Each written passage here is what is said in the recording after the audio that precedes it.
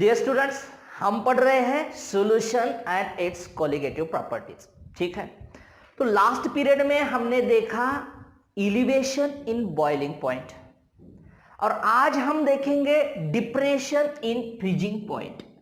आज का हमारा पॉइंट है डिप्रेशन इन फ्रीजिंग पॉइंट। ठीक है, डिप्रेशन इन फ्रीजिंग पॉइंट। और हम ये सब क्या देख रहे हैं, ये सभी क्या है, सभी मतलब relative lowering in vapour pressure, जो राउट्स लॉ के बाद में हमने देखा। तो relative lowering of vapour pressure, elevation in boiling point, depression in freezing point और ऑस्मोटिक प्रेशर, ये चारों क्या है, all four properties are the colligative properties. ये क्या है, चारों भी प्रॉपर्टीज, ये चारों भी प्रॉपर्टीज है कॉलिगेटिव प्रॉपर्टीज। अब कॉलिगेटिव प्रॉपर्टीज मतलब हमने पढ़ा है, फिर से एक बार, what is colligative property? The property which depends on the number of, ध्यान में रखना है आपको, it depends on the number of solute particles. So ये किसके ऊपर डिपेंड होता है? ये नंबर के ऊपर डिपेंड होता है। It not depends on the nature of solute particles. मतलब चाहे आपने 1 मोल ग्लूकोज लिया या 1 मोल शुगर लिया या 1 मोल यूरिया लिया, तो ये सब क्या है, इसमें सब में 1 मोल 1 मोल 1 मोल है, नेचर अलग है, लेकिन इनकी संख्या 1 मोल ही है। 1 मोल मतलब that is the Avogadro number, that is the 6.022 into 10⁻23, उतनी ही है, मतलब 1 मोल है। तो such a property which depends on the number of particles, number of solute particles, it not depends on the nature of particle, इसको हम क्या कहते हैं, कोलिगेटिव प्रॉपर्टी कहते हैं। और ये डिप्रेशन इन फ्रीजिंग पॉइंट मतलब फ्रीजिंग पॉइंट कम होना, उसको हम क्या कहेंगे, डिप्रेशन इन फ्रीजिंग पॉइंट। तो ये क्या है, कॉलिगेटिव प्रॉपर्टी है, ध्यान में रखना है आपको। फ्रीजिंग पॉइंट और depression in freezing point, freezing point ये कोई कॉलिगेटिव प्रॉपर्टी नहीं है, लेकिन डिप्रेशन इन फ्रीजिंग पॉइंट ये एक कॉलिगेटिव प्रॉपर्टी है। ठीक है, तो आपको आप कॉलिगेटिव प्रॉपर्टी मतलब क्या, ये आपने समझ लिया। तो हमें आप देखना है कि डिप्रेशन इन फ्रीजिंग पॉइंट किस तरह से होता है।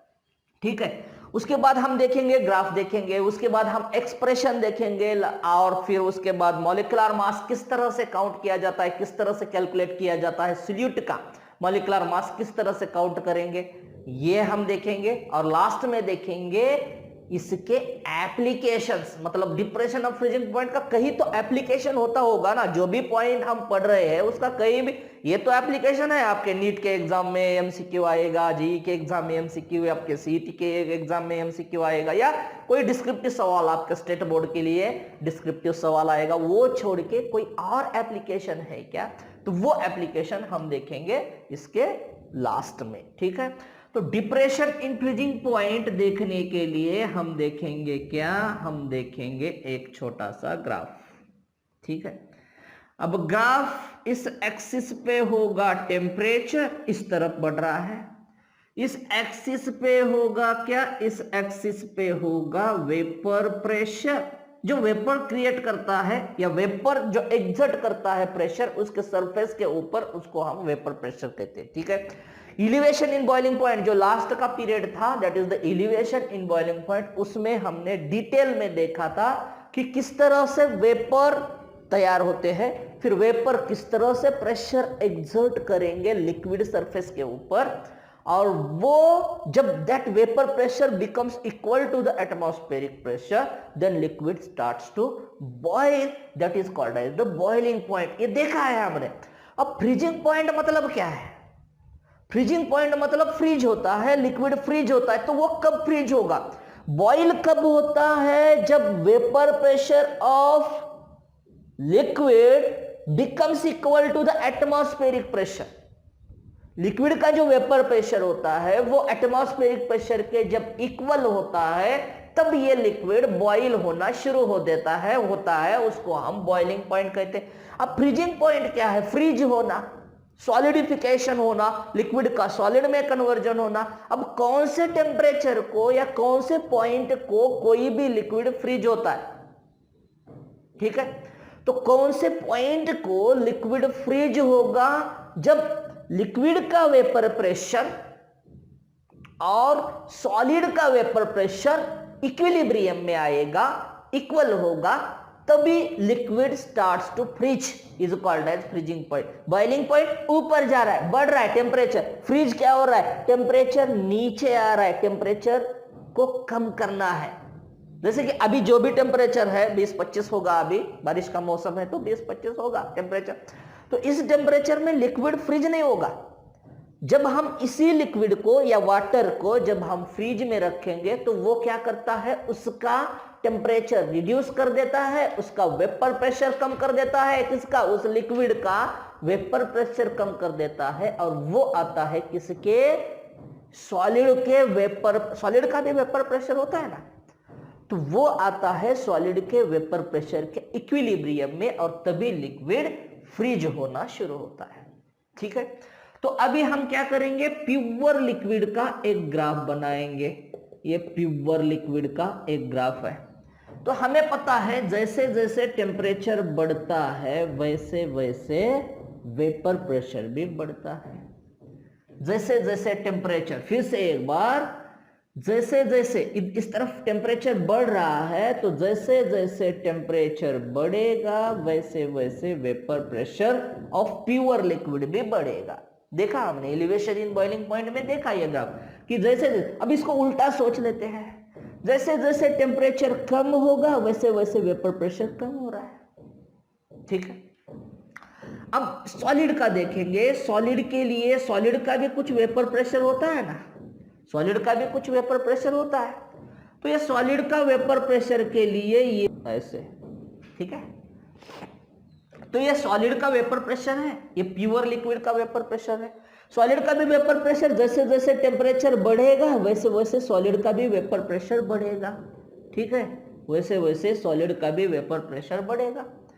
तो ये सॉलिड के लिए क्या है? ये सॉलिड का वेपर प्रेशर कर्व है। अब जैसे जैसे लिक्विड का, ध्यान दो इधर, जैसे जैसे लिक्विड का टेम्परेचर कम होगा वैसे वैसे इसका वेपर प्रेशर भी कम हो रहा है, कम हो रहा है, कम हो रहा है, कम हो रहा है, कम हो रहा है। इस पॉइंट पे, इस पॉइंट को कहेंगे हम बी, कहेंगे इसको।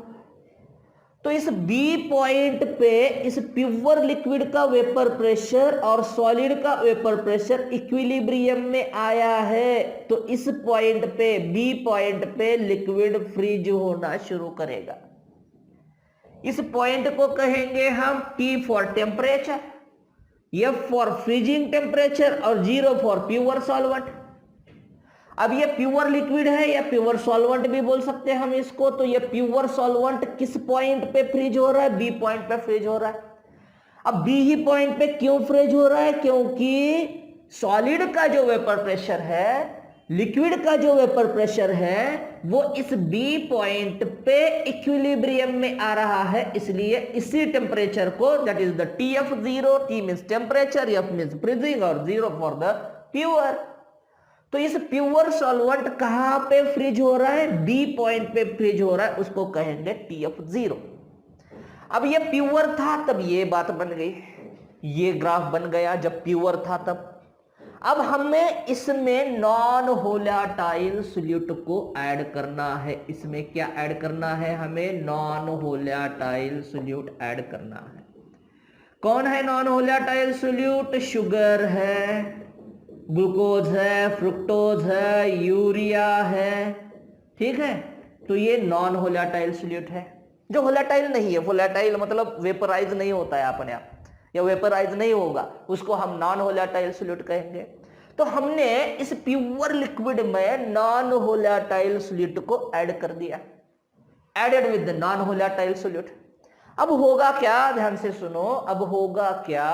जैसे हम एलिवेशन इन बॉइलिंग पॉइंट में देखा था कि वे non volatile solute is added, ये है प्योर सॉल्वेंट, ये है वाटर, समझ लो ये वाटर है, और इसमें हमने अभी नॉन वोलेटाइल सॉल्यूट को ऐड कर दिया। तो हमने एलिवेशन इन बॉइलिंग पॉइंट पे देखा था कि ये जो सरफेस एरिया है किस लिए है? ये वेपराइज होने के लिए। तो this surface area is occupied by the non volatile solute. मतलब ये नॉन वोलेटाइल सॉल्यूट के जो मॉलिक्यूल्स है ना, वो मॉलिक्यूल्स क्या करेंगे, ये सरफेस एरिया को कम कर देंगे, तो वेपर प्रेशर अपने आप कम हो जाएगा। उसी तरह से यहां पे भी जब हम नॉन वोलेटाइल सॉल्यूट को ऐड करेंगे तब वेपर प्रेशर कम होगा। ठीक है, तो उसका जो ग्राफ लाइन है, ये ग्राफ लाइन सॉल्यूशन के लिए ये आएगा नीचे, इसके नीचे, क्योंकि उसका वेपर प्रेशर कम हो रहा है ना, चाहे वो फ्रीजिंग हो चाहे वो बॉइलिंग हो, तो इसका क्या होगा, वेपर प्रेशर कम होगा, तो ये लाइन आएगी नीचे। ये लाइन किस लिए निकाल रहे हैं हम, ये लाइन निकाल रहे हैं हम सॉल्यूशन के लिए, सॉल्यूशन जिसमें नॉन वोलेटाइल सॉल्यूट ऐड कर दिया है उसको हम सॉल्यूशन बोलेंगे। अब ये लाइन जो है वेपर प्रेशर की, ये आएगी इसके नीचे, तो ये वेपर प्रेशर जैसे जैसे, वो रूल तो वही फॉलो करेगा, वेपर प्रेशर कम है प्योर लिक्विड की तुलना में, वेपर प्रेशर कम है सॉल्यूशन का, क्योंकि उसमें नॉन वोलेटाइल सॉल्यूट ऐड कर दिया। तो जैसे जैसे टेम्परेचर कम होगा वही रूल फॉलो करेगा, जैसे जैसे टेम्परेचर कम होगा वैसे वैसे इसका भी वेपर प्रेशर कम होगा, इसका भी वेपर प्रेशर कम होगा, इसका भी। लेकिन ध्यान से देखो, ये TF0 मतलब इस टेम्परेचर पे ये सॉल्यूशन फ्रीज नहीं होगा, क्योंकि ये सॉलिड का जो वेपर प्रेशर है, वो सॉलिड का वेपर प्रेशर और ये सॉल्यूशन का वेपर प्रेशर कहीं पर भी इक्विलिब्रियम स्टेट अटेंड नहीं कर रहा है, यहां पे TF0 पे। ठीक है, दिख रहा है आपको, ये बी पॉइंट पे ये प्योर लिक्विड क्यों सॉलिडिफाई हुआ था या क्यों फ्रीज हुआ था, क्योंकि इन दोनों का यहाँ पे वेपर प्रेशर इक्विलिब्रियम में आया था, इक्वल हुआ था, इसी कारण। लेकिन यहाँ पे क्या हो रहा है, यहाँ पे फ्रीज नहीं होगा, इस पॉइंट पे फ्रीज नहीं होगा, तो क्या करना पड़ेगा हमें, फिर हमें टेम्परेचर को और कम करना पड़ेगा, और नीचे लेके जाना पड़ेगा, टेम्परेचर को और नीचे लेके जाना पड़ेगा। तो जैसे जैसे हम टेम्परेचर को नीचे लेके जाएंगे, ये क्या होगा, ये फ्रीज होगा। ठीक है, तो ये सॉलिड का फ्रीजिंग पॉइंट यहां पे, इस पॉइंट पे ये सॉलिड का वेपर प्रेशर और सॉल्यूशन का वेपर प्रेशर इक्विलिब्रियम में आएगा। ये सॉलिड का वेपर प्रेशर और सॉल्यूशन का वेपर प्रेशर इस पॉइंट पे इक्विलिब्रियम में आएगा। इस पॉइंट को हम कहेंगे ए पॉइंट। ठीक है, कुछ भी बोल सकते हैं, तो इसको कहेंगे ए पॉइंट। अब यहां से इस पॉइंट को दिखाएंगे यहां पे, इसी को कहेंगे TF। अब T मतलब टेम्परेचर, F मतलब फ्रीजिंग, तो ये फ्रीजिंग टेम्परेचर है, किसका है, सॉल्यूशन का है, जिसमें नॉन वोलेटाइल सॉल्यूट ऐड कर दिया है। तो ये टेम्परेचर क्या हुआ, फ्रीजिंग टेम्परेचर कम हुआ। ठीक है, इस तरह से भी हम ध्यान में रख सकते हैं, इस तरह से भी अंडरस्टैंड कर सकते हैं। कैसे, देखो, फ्रीज हो रहा है मतलब सॉलिड में कन्वर्ट हो रहा है, लिक्विड सॉलिड में कन्वर्ट हो रहा है। तो हमने सॉलिड स्टेट में देखा था कि सॉलिड स्टेट मतलब orderly arrangement of constituent particles. जो भी कंस्टिट्यूएंट पार्टिकल्स है उनकी अरेंजमेंट ऑर्डरली होती है, close packed, so they are converted into solid. अब जैसे जैसे हम उनका टेम्परेचर रिड्यूस करेंगे वैसे वैसे उनका जो मूवमेंट है, मॉलिक्यूल, चाहे मॉलिक्यूल हो, चाहे एटम हो, चाहे आयन हो, it depends on the type of solid, तो वैसे वैसे उनकी मोबिलिटी जो है वो कम होगी, उनका जो थर्मल एनर्जी होती है या मूवमेंट की एनर्जी होती है वो कम होगी, और वैसे वैसे वो फ्रीज होना शुरू होगा। ठीक है, अब जैसे हमने उसमें नॉन वोलेटाइल सॉल्यूट ऐड कर देते हैं, मतलब कुछ फॉरेन बॉडी है प्योर में, कुछ फॉरेन पार्टिकल्स है, कुछ अलग पार्टिकल्स है, तो ये पार्टिकल्स जो है नॉन वोलेटाइल सॉल्यूट वाले, वो ऑर्डरली अरेंजमेंट के लिए डिस्टर्ब करेंगे, वो मूव करेंगे, इधर उधर किधर भी जाके घुस के बैठेंगे उस लिक्विड में। तो लिक्विड में जाके बैठने के कारण वो क्या करेंगे, जो ऑर्डरली अरेंजमेंट है उस ऑर्डरली अरेंजमेंट को होने नहीं देंगे, उस टेम्परेचर को। तो हमें क्या करना पड़ेगा, फिर उसका टेम्परेचर कम करना पड़ेगा। तो जैसे जैसे और टेम्परेचर कम करेंगे वैसे वैसे वो फ्रीज होता जाएगा, और ये पॉइंट पे ये लिक्विड जो है, ये जो सॉल्यूशन है जिसमें नॉन वोलेटाइल सॉल्यूट है, वो फ्रीज होगा। तो ये क्या है, ये जो डिफरेंस है, इस डिफरेंस को कहेंगे हम डेल्टा TF। डिफरेंस क्या है, डेल्टा TF मतलब फ्रीजिंग टेम्परेचर में जो भी डिफरेंस है, किसमें? प्योर सॉल्वेंट में। और उसी सॉल्वेंट में जब हम नॉन वोलेटाइल सॉल्यूट को ऐड कर देते हैं वो बना सॉल्यूशन। तो सॉल्यूशन का फ्रीजिंग पॉइंट अब बी ना रहा, अब वो बन गया है ये। तो ये जो डिफरेंस है उसको हम कहेंगे फ्रीजिंग टेम्परेचर डिफरेंस। किसमें? सॉल्वेंट में, प्योर सॉल्वेंट में और सॉल्यूशन, इन दोनों में जो भी डिफरेंस आया है उसको हम दिखाएंगे डेल्टा टीएफ से। अब delta TF is equal to जो बड़ा है वो उसमें से जो छोटा है उसको निकाल दो, सब्सट्रैक्ट कर दो। तो ये क्या है? टीएफ जीरो मतलब freezing temperature of pure solvent minus freezing temperature of solution. Solution का टेम्परेचर इस सॉल्वेंट के टेम्परेचर से, फ्रीजिंग टेम्परेचर से निकाल दो, जो भी बचेगा वो होगा आपका डेल्टा टीएफ या difference in change in freezing point from the solvent, pure solvent to the solution when non-volatile solute is added। तो ये delta TF is equal to TF zero minus TF बना। ये डेल्टा TF क्या है? ये delta TF है change in freezing point या difference in freezing point. Change in freezing point या यहाँ पे डिफरेंस भी लिख सकते हैं, डिफरेंस इन फ्रीजिंग पॉइंट और change in freezing point is equal to freezing point और freezing temperature of pure solvent, freezing point of pure solvent, freezing point of pure solvent minus freezing point of solution, freezing point of solution. तो ये बना आपका equation. ठीक है, अब थोड़ा आगे जाते हैं इसके। तो ये जो डेल्टा टीएफ है, एक्सपेरिमेंट से पता चला कि delta TF is directly proportional to m, छोटा एम। अब ये एम का क्या है? ये एम क्या है? तो ये एम है मोलैलिटी। एम क्या है? ये एम है मोलैलिटी। अब मोलैलिटी मतलब हमें पता है, मोलैलिटी मतलब number of moles per kg solvent, solvent in KG. ठीक है, number of moles present per kg solvent, इसको हम कहेंगे मोलैलिटी। मतलब जैसे 1 केजी वाटर लो या 1 केजी कोई भी सॉल्वेंट लो, उसमें 1 मोल डाल दो, वो हुआ 1 मोलार सॉल्यूशन। तो 1 केजी सॉल्वेंट में जितने भी नंबर ऑफ मोल्स है उसको हम क्या कहेंगे? मोलैलिटी कहेंगे। देखा है हमने, तो मोलैलिटी मतलब number of moles present per kg solvent. तो number of moles divided by solvent in kg, इस तरह से हमने इसको रखा। अब इस delta TF is equal to delta TF is equal to KF into m. अब ये KF क्या है? KF है प्रोपोर्शनैलिटी कांस्टेंट। KF क्या है? KF है प्रोपोर्शनैलिटी कांस्टेंट। ठीक है, अब जब m is equal to 1 molal होगा, मतलब सॉल्यूशन 1 मोलाल होगा, मतलब 1 mole present in 1 kg solvent, इस तरह से होगा अगर सॉल्यूशन, तो ये इक्वेशन क्या आएगा? ये इक्वेशन आएगा delta TF is equal to KF। तो ये KF क्या है? प्रोपोर्शनैलिटी कांस्टेंट है। इस प्रोपोर्शनैलिटी कांस्टेंट को क्या कहेंगे? इसको हटाएंगे सबसे पहले। तो बोर्ड पे जो भी लिखा था उसको हटाया हमने, और हटाने का वीडियो भी हमने क्या किया? एडिट कर दिया उसको। तो हमारा इक्वेशन क्या आया था? हमारा इक्वेशन आया था डेल्टा TF। फिर से एक बार देखते हैं, delta TF is directly proportional to m। m क्या है? मोलैलिटी है।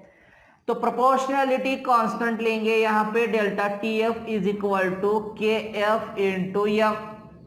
ध्यान से सुनना है। अब ये KF क्या है? ये KF हमने अभी देखा, ये प्रोपोर्शनैलिटी कांस्टेंट है। इस प्रोपोर्शनैलिटी के लिए हमने ये कांस्टेंट लिया, तो ये प्रोपोर्शनैलिटी कांस्टेंट है KF। अब इस KF को क्या कहेंगे? इस KF को क्रायोस्कोपिक कांस्टेंट कहेंगे। KF मतलब क्या? Cryoscopic constant. या इसको हम ये भी कहेंगे मोलाल डिप्रेशन कांस्टेंट। डिप्रेशन हो रहा है ना, फ्रीजिंग पॉइंट में डिप्रेशन हो रहा है, तो इसको हम कहेंगे मोलाल डिप्रेशन कांस्टेंट। ठीक है, तो ये KF क्या है? प्रोपोर्शनैलिटी कांस्टेंट है। इसको हम क्रायोस्कोपिक कांस्टेंट भी कहेंगे या मोलार डिप्रेशन कांस्टेंट भी कहेंगे। ठीक है। अब जब मोलालिटी होती है 1, समझो 1 मोलार सॉल्यूशन है। इफ सॉल्यूशन इज 1 मोलार मतलब 1 kg सॉल्वेंट में 1 मोल सॉल्यूट है, तब हम उस सॉल्यूशन को क्या कहेंगे? तब हम उस सॉल्यूशन को कहेंगे 1 मोलार सॉल्यूशन।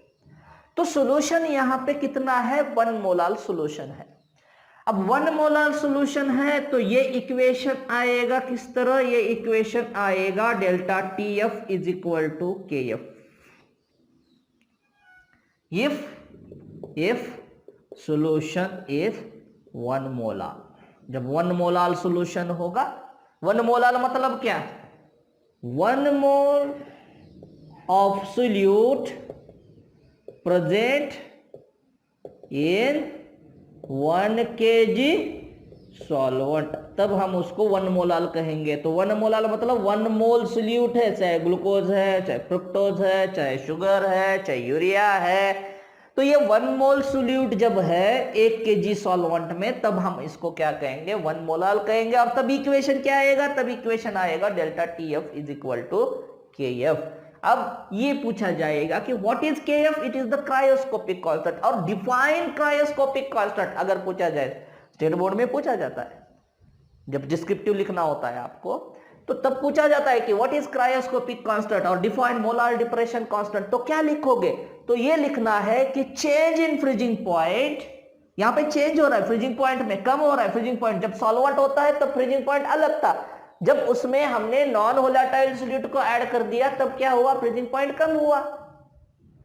तो ये जो भी चेंज इन फ्रीजिंग पॉइंट है, कब? जब सॉल्यूशन 1 मोलार होता है, तब उसको हम क्या कहेंगे? क्रायोस्कोपिक कांस्टेंट या मोलार डिप्रेशन कांस्टेंट कहेंगे। लिखेंगे यहां पे definition, cryoscopic constant, cryoscopic constant is defined as, क्या डिफाइन कर रहा है ये? Is defined as change in freezing point, change in freezing point when, कब अब चेंज हो रहा है? When solution is 1 molar. Solution किस प्रकार का है?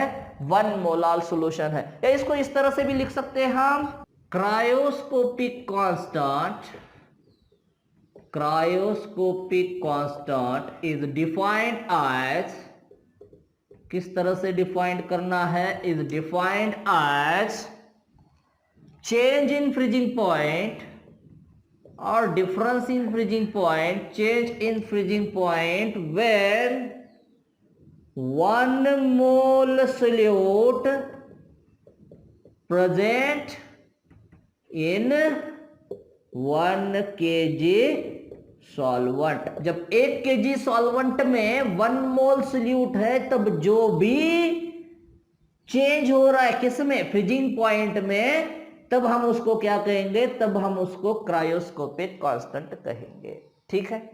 अब मोलालिटी इज इक्वल टू, हमें पता है molality is equal to number of moles divided by weight of solvent in kg। ठीक है। इसको हम इस तरह से भी लिख सकते हैं, number of moles W2 divided by M2 into W1 in kg। ठीक है। W2 क्या है? W2 है वेट ऑफ सॉल्यूट। 2 मतलब सॉल्यूट, 1 मतलब सॉल्वेंट, 1 मतलब सॉल्वेंट। पहले क्या लेते हैं? पहले सॉल्वेंट लेते हैं, फिर क्या लेते हैं? सॉल्यूट लेते हैं। तो पहले 1 के लिए सॉल्वेंट, 2 के लिए सॉल्यूट। तो W2 वेट ऑफ सॉल्यूट है। ये W2 क्या है? ये वेट ऑफ सॉल्यूट है। ये M2 क्या है? ये मॉलिक्यूलर मास ऑफ सॉल्यूट है। ये M2 क्या है? ये M2 molecular mass of solute है।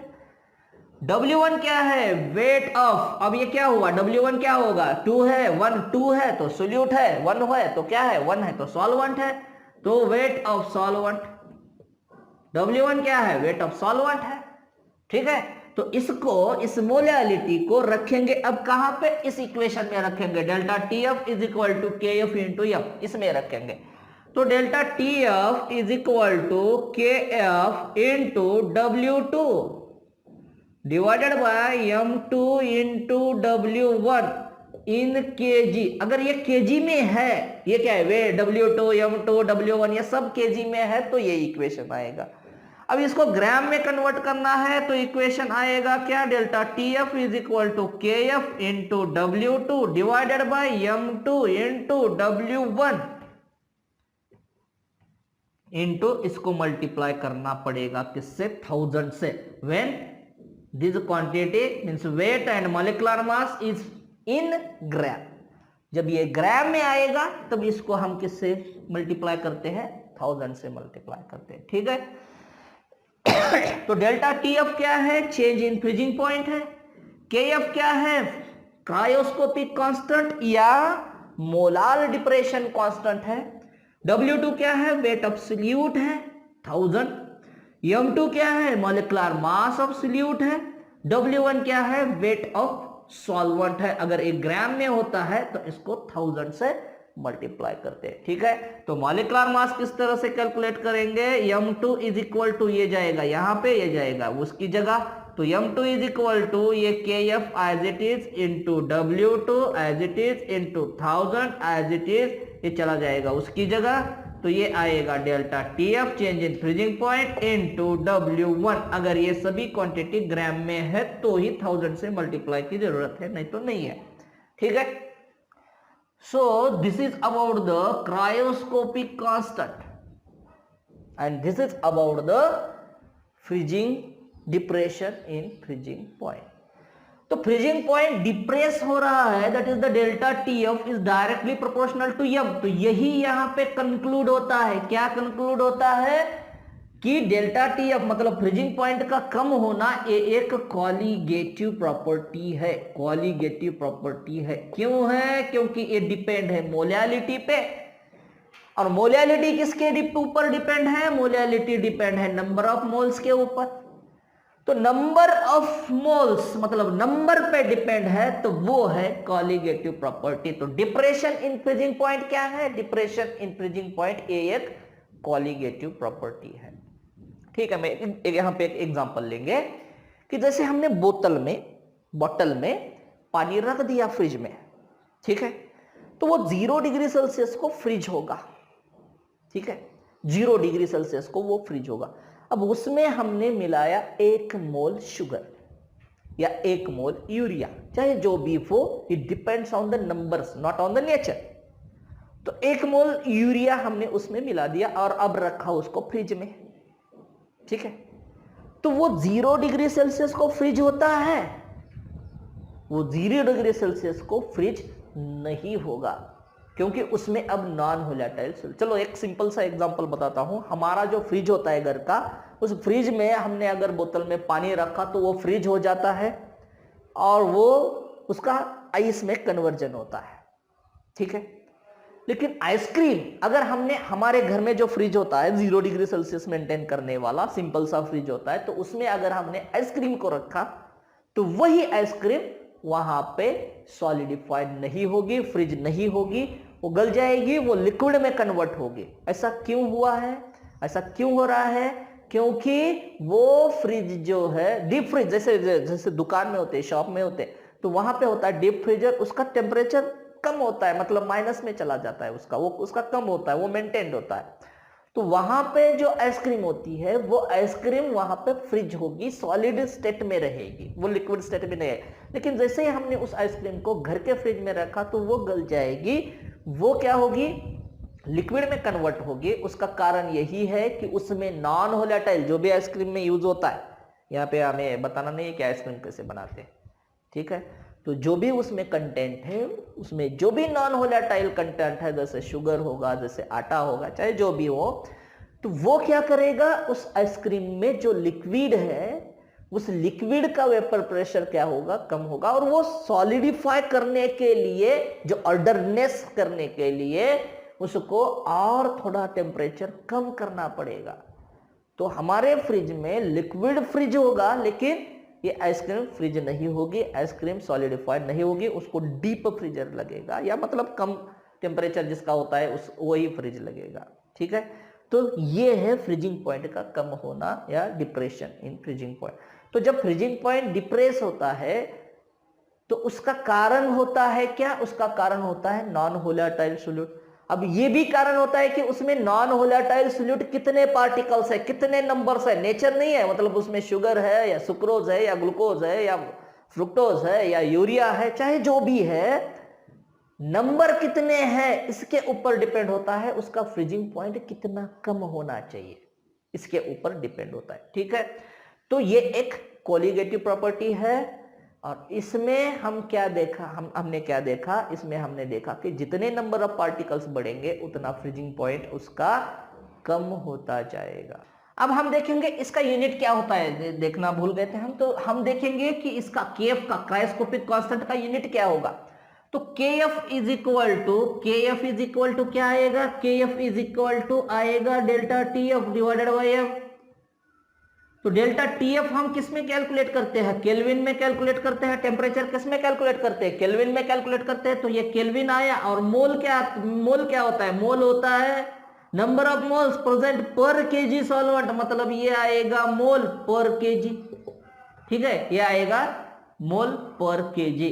अब ये केल्विन एज इट इज लिखा, ये जैसे ही ऊपर जाएगा, ये केजी ऊपर जाएगा तो ये आएगा केजी, ये पर केजी है ना यहाँ पे, तो ये ऊपर जाएगा केजी होगा, और ये मोल ये होगा पर मोल। तो ये यूनिट क्या आएगा, केल्विन केजी पर मोल। इसको इस तरह से भी लिख पाएंगे, केल्विन केजी पर मोल। ये क्या है, यूनिट है किसका, क्रायोस्कोपिक कांस्टेंट का यूनिट है। ठीक है, अब हम देखेंगे एप्लीकेशंस क्या होते हैं इसके, डिप्रेशन इन फ्रीजिंग पॉइंट के एप्लीकेशंस क्या होंगे। जैसे हम कश्मीर चले गए या हम यूरोप चले गए, तो वहां पे क्या होता है, वहां पे टेम्परेचर बहुत कम होता है, एटमॉस्फेरिक टेम्परेचर बहुत कम होता है। तो गाड़ी में हम रेडिएटर में, गाड़ी के रेडिएटर में हम पानी डालते हैं, तो वो पानी क्या होगा, वो पानी कूल होगा, जैसे टेम्परेचर कम होगा वो कूल होगा और फ्रीज होगा। तो जैसे ही रेडिएटर का पानी फ्रीज होगा, गाड़ी चलना बंद कर देगी। तो क्या करना पड़ेगा, वहां के लोग क्या करते हैं, ताकि पानी फ्रिज ना हो, समझो वहां पे 0 डिग्री सेल्सियस है या वहां पे -2 -3 डिग्री सेल्सियस टेम्परेचर है, तो वहां पे पानी जो है रेडिएटर का, वो पानी अपने आप फ्रिज होगा ना, उस टेम्परेचर के मुताबिक फ्रिज होगा वो। तो वो फ्रिज ना हो इसलिए क्या करते हैं, वहां पे ऐड करते हैं एंटी फ्रीजिंग एजेंट।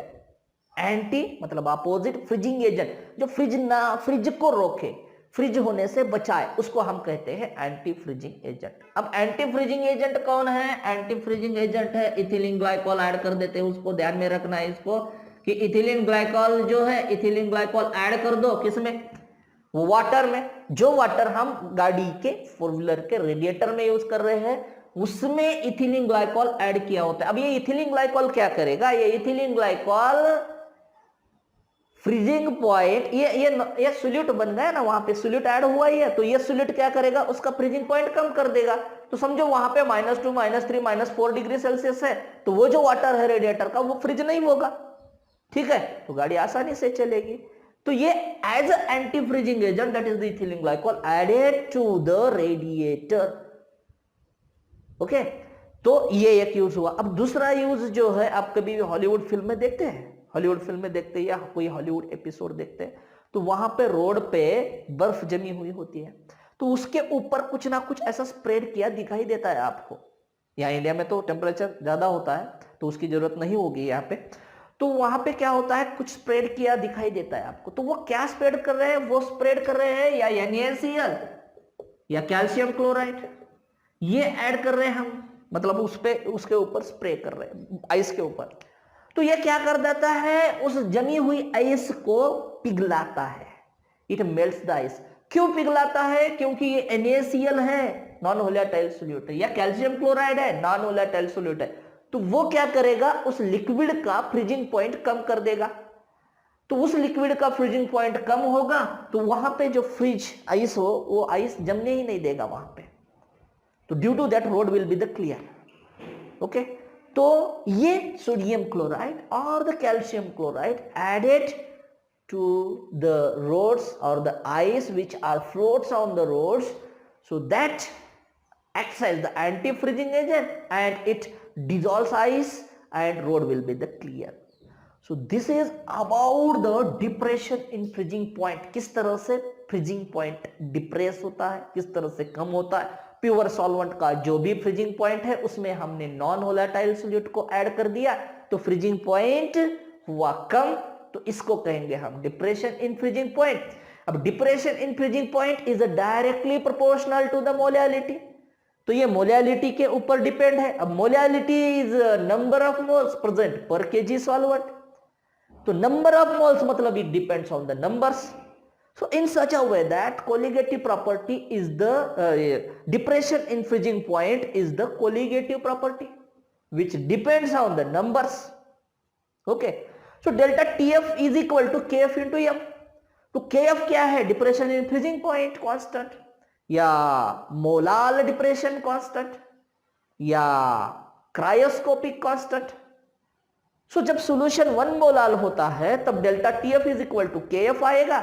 तो KF is defined as cryoscopic constant is defined as change in freezing point when solution is the 1 molar. जब 1 मोलार सॉल्यूशन होता है तब जो भी टेम्परेचर फ्रीजिंग टेम्परेचर में डिफरेंस होता है उसको हम क्या कहेंगे? मोलार डिप्रेशन कांस्टेंट या क्रायोस्कोपिक कांस्टेंट कहेंगे.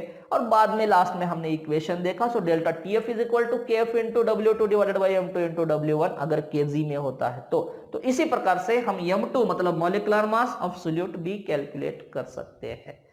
ठीक है, तो दिस इज ओवरऑल अबाउट. अब इसके बाहर कुछ भी सवाल पूछा नहीं जाएगा, चाहे आपका नीट हो, जेईई हो, चाहे आपकी सीटी हो या चाहे आपका स्टेट बोर्ड हो, डिस्क्रिप्टिव क्वेश्चन हो, तो उसमें इसी प्रकार का इसके मुताबिक ही क्वेश्चन पूछा जाएगा. ठीक है, तो चैनल को सब्सक्राइब करो, हमारे साथ पढ़ते रहो, बने रहो, लाइक करो, शेयर करो. मिलते हैं नेक्स्ट पीरियड में.